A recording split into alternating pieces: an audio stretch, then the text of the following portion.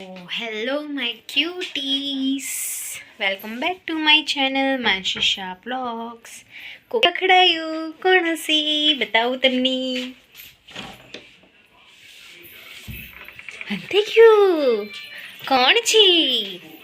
સંતાઈ ગયું છે ગાંડું છોકરું કોણ કે બેઠી સોરો રો તો મેડમને કેટલી લાલચ આપીને બહાર મોકલી. તો જમી લીધું છે મેં અને હું થોડું ચાલી રહી છું અને મારી એક વાત શેર કરવી હતી. તો ચલો વ્લોગ્સ તો બનાવ્યો નથી મેં, તો એક વાત શેર કરવા માટે વિડીયો બનાવીએ તો તમને બી થોડી અપડેટ આવી જાય કે હું શું કરી રહી છું, શું થઈ રહ્યું છે મારી લાઈફમાં. સો અમે ગયા હતા, પેલો તો વિડીયો તમે જોયો હશે કે આવું થયું હતું, મમ્મીને હોસ્પિટલ લઈ ગયા હતા અને આવી રીતે બધી વાતચીત ભાઈ જોડે વાત થઈ હતી. બસ એ જગ્યાએ અમે ગયા હતા પાછા મમ્મીને બતાવવા પગમાં. હા, એટલે એમાં કેવું છે, મમ્મીને ઘણી બધી પ્રોબ્લેમ્સ છે પગમાં. તેમણે કીધું 4 થી 5 વખત તમે આવશો ને તો થોડું સારું થશે, કારણ કે એ બી એકદમથી બધું ના કરી શકે અને માણસનું શરીર છે જેટલું એ સહન કરે ને એટલું તે સહન કરી શકે. એટલે એ લોકો બહુ 3 થી 4 વખત તમે વિઝિટ કરશો ને તો સારું થઈ જાય છે. અને કંઈ દવા બવા નહીં આપતા, ખાલી નસ જોવે છે, નસ પકડીને બધું સારું કરે છે. મારા મમ્મીનામાં તો બદલાવ દેખાય છે. તો અમે ત્યાં ગયા હતા તો એ વાત શેર કરું છું કે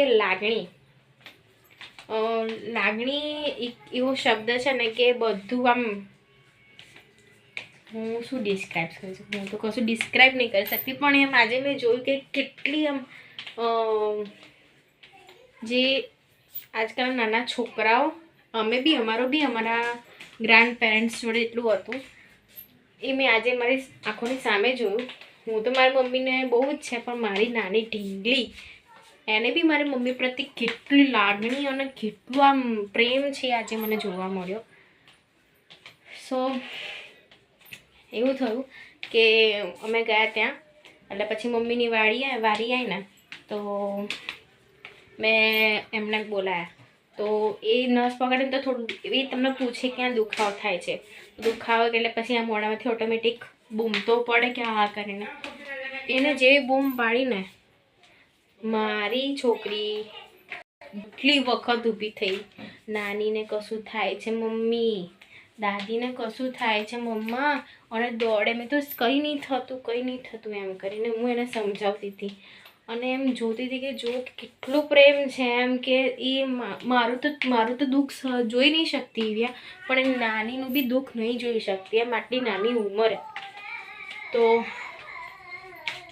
એમ કે નાના છોકરાને બી કેટલું બધું સમજણ પડે છે કે મારા વ્યક્તિને કંઈક થઈ રહ્યું છે, મને જે વ્યક્તિ ગમે છે એને કંઈક થઈ રહ્યું છે, હું નહીં જોઈ શકું એને એટલી પીડામાં એમ કરીને. તો આપણે તો મોટાને તો શું વાત કરે, આ તો મારી માં છે. પાછના દિવસો તમે જોવું હોય ને, તો અમે ગોલુને કશું કીધું નથી અને બધી તે વખત નાની જ હતી, પણ એ દિવસો અમે એવા પસાર કર્યા છે ને કાઠું મન રાખીને. હું તો ડિપ્રેશનમાં જ ગઈ હતી, હું સાચું કહું છું, હું ડિપ્રેશનમાં જ ગતી રહી હતી કે હું શું કરું. એક બાજુ જોબ છે, એક બાજુ મમ્મીને સાચવવાનું છે.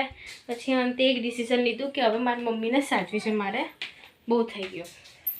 મારે એક બાજુ અત્યારે જોબ મૂકી દેવી છે, મમ્મીને સારું થશે પછી જોબ કરીશ. સો હાથ દુખવા મળ્યો હતો એટલે પાછું પોઝ કરીને મેં કીધું ચલો ચાલુ કરીએ, કારણ કે મને એટલી અત્યારે ટેવ નથી કે આવી રીતે હું બ્લોગ અત્યારે બહુ શૂટ નહીં કરી શકતી, કારણ કે એ જગ્યાએ જઈ બી નહીં, અત્યારે જઈ બી નહીં શકતા કે કંઈક હોય. અને અત્યારે તમે સાંભળ્યું છે અમદાવાદમાં જે રહેતા હશે કે કાલે શું થયું છે. આજે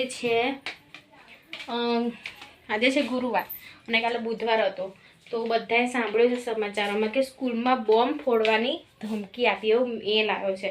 એટલે ક્યાં બી જવું છે ને તો બહુ વિચાર કરવો પડે કે જઈએ કે નહીં, એમ થોડું ડર જેવો માહોલ થઈ ગયો છે એમ. તો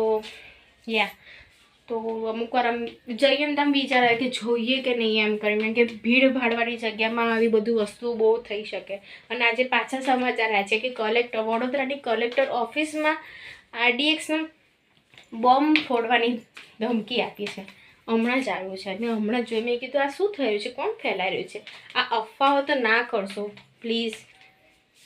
આ નહીં સારું, કારણ કે બાળકોની લાગણીથી બધા જોડે રહ્યા છે અને આ બાળકોને દર વખત બાળકોને જ નિશાન કરવામાં આવે છે, એટલે બહુ જ ખોટું થઈ રહ્યું છે એમ.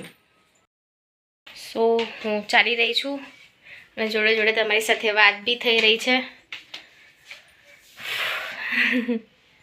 તો હા બસ એમ. હા તો આપણે પોઈન્ટ પરથી આપણે આગા પાછા થઈ ગયા. તો હા કે આજે મેં જોયું કે મારી ગોલુને કેટલો બધો લગાવ છે મારી મમ્મી પ્રત્યે, કે જેવી એને ઊભી કરીને કે ચલો હવે કોનો નેક્સ્ટ કોનો વારો છે એમ કરીને જે ઊભી થઈને ત્યારથી લઈને જ્યાં સુધીમાં મમ્મીને બહાર ના લાયા કે ચલો હવે ચાલીને બતાવો, ત્યાં સુધી ઊભા પગે રહે છે કે ના મારે જોવું છે. આખરે જે બેન હોય છે એમની જોડે મદદ માટે, હેલ્પ માટે, એ કે એને લાવી દો, એને થોડું મનને શાંતિ રહે કે ના મારા નાનીને કશું થયું નથી એમ કરીને. તો બસ એમ કે કેટલું બધું હોય છે એમ. અને હું તો કહું છું, જો હું પહેલાં તો હું એકલી રહેતી હતી, હવે હું ભગવાનનું બહુ જ થેન્ક યુ કહેવા માગું છું કે સારું છે મારી મમ્મી પપ્પાને અમે જોડે રહે છે, તો મારી ગોલુને એટલો પ્રેમ મળી રહે છે જોઈન્ટ ફેમિલીનો. જે લોકો ના હોત તમારા ગોલુને જોઈન્ટ ફેમિલીનો પ્રેમ ના મળી શકત અને એ બધું ના શીખી શકત કે દાદી કેવા હોય, નાની કહેવાય, કારણ કે એની ઓલરેડી દાદી નથી, અત્યારે નથી. તો નાનીને જોડે રહીને પ્રેમ એને મળી રહ્યો છે એમ. તો બસ આ જ છે.